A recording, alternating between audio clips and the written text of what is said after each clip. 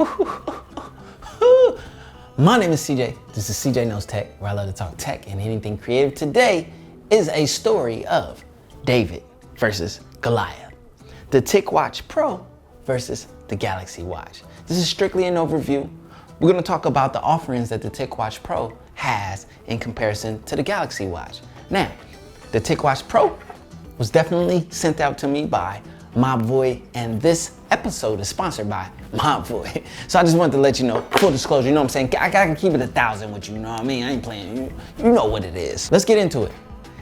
Basically, I just wanna show you what David, the Ticwatch Pro, can offer in comparison to the Goliath that we all know as the Galaxy Watch.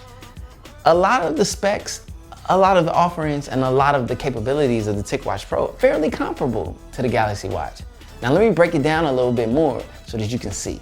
Let's get into the specs. Now when it comes to looks and build between these two smartwatches, I don't think anyone's gonna argue against either of these smartwatches. They both look great and the builds are of premium build. Now, the housing on the Galaxy Watch is stainless steel.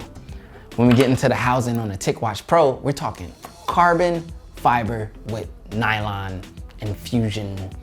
It's infused with nylon or something, you know, it's deep though. But I thought it was pretty unique and different when I felt this material and to find out that it's carbon fiber, which is infused with nylon, which I don't know what that means. But I thought it was unique and different. And obviously on this upper part right here, the bezel is a metal of some sort, which I think adds to the weight. Same thing with the bottom half. Both of these are premium, classy built smartwatches. So they both have that classic traditional look and they're both built in a premium manner. Now screen, let's talk about the screen and display. You got AMOLED displays on both. You got AMOLED on the Galaxy Watch at 300 by 300.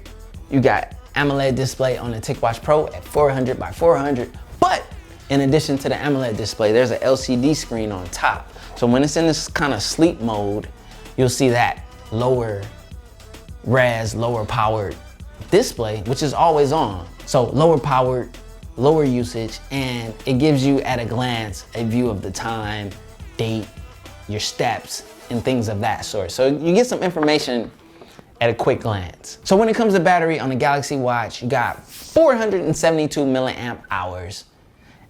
On the Ticwatch Pro, you got 415 milliamp hours. Slight difference, but at the end of the day, when it comes to battery between the two, it's fairly comparable. If you use it in the full-fledged smart mode, you're looking at 2 days plus with the Ticwatch Pro. On the Galaxy Watch, I think it may be 3 days plus. They each say like 3 to 5, 2 to 5. You know what I mean? You know how that works. It's all up to your settings and your usage. So there's no definitive amount of time you're gonna get. You just got the milliamp hours. That's pretty much what it comes down to. And when it comes to water resistance, you got IP68 only with the Ticwatch Pro. With the Galaxy Watch, you got IP68 plus 5 ATM. Now, when it comes to storage options between the two, as far as RAM goes, we got 768 megabytes of RAM on the Galaxy Watch. You got 512 megabytes of RAM on the Ticwatch Pro. And as far as on storage capacity, they're both equal at 4 gigabytes. Now, when it comes to mobile payments, both of them have the capabilities. They both use NFC, one with Google Pay, the other with Samsung Pay. So you're getting the exact same accessibility to mobile payments between these two devices. Now, something that does differ between the two is the software used. You got Samsung's proprietary software of Tizen. And then on the Ticwatch Pro, you have formerly known as Android Wear, which is now known as Wear OS, which is Google's Android for their smartwatches, in simple terms. Now, the thing is with Tizen, the third-party app development, I've mentioned this in videos before, is like pretty slim to none. I think a lot of companies are just sticking, or they're putting more effort into iOS and Google's Wear OS because they're more popular, more big, more mainstream. The Tizen is niched down, literally to just Samsung. So I think for third parties, you know, the incentive for them is more so with the majority, obviously. So that's something to think about. If you're somebody who's big into getting into third-party apps on smartwatches, there's more of a variety in comparison to Tizen.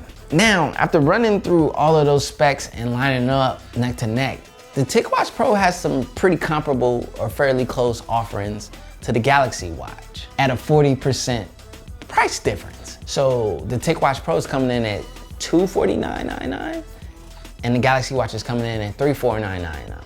If cost or budget is something that factors in, you might want to consider that 40% price difference. Something to think about, something to consider. Now, all in all, although the Galaxy Watch, it is the Goliath out of the two, David, the Ticwatch Pro, is offering up a fair fight.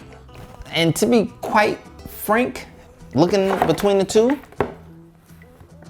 you're looking at two premium, well-built smartwatches. Something that is cool on the included band with the Ticwatch, you get this premium Italian leather on the exterior, but on the interior, you got silicone on the inside. So what is the point of this overview and versus? It's really just to show you that a small company on the rise is giving you an offering at 40% less that is pretty good, that stacks up pretty good to the Goliath that Samsung's offer. Hence the name David and Goliath. This is a story of that. I hope this was informative to you. Look forward to more videos coming on the Ticwatch Pro because you already know I'm putting it into use. It's going on my wrist today and I'm gonna rock it over the next handful of days. And I'm gonna come back with a full review and whatever other videos follow, customization and so forth. You know how I roll. My name is CJ, this is CJ Knows Tech, where I love to talk tech and anything creative. Big thanks to my boy for sponsoring this video. I got links in the description if you found this to be anything that you want. All right, I'm out, man. Let me shut up. Because you know I like to talk. I'll get to rambling. This video will get long. I'm gonna get out of here.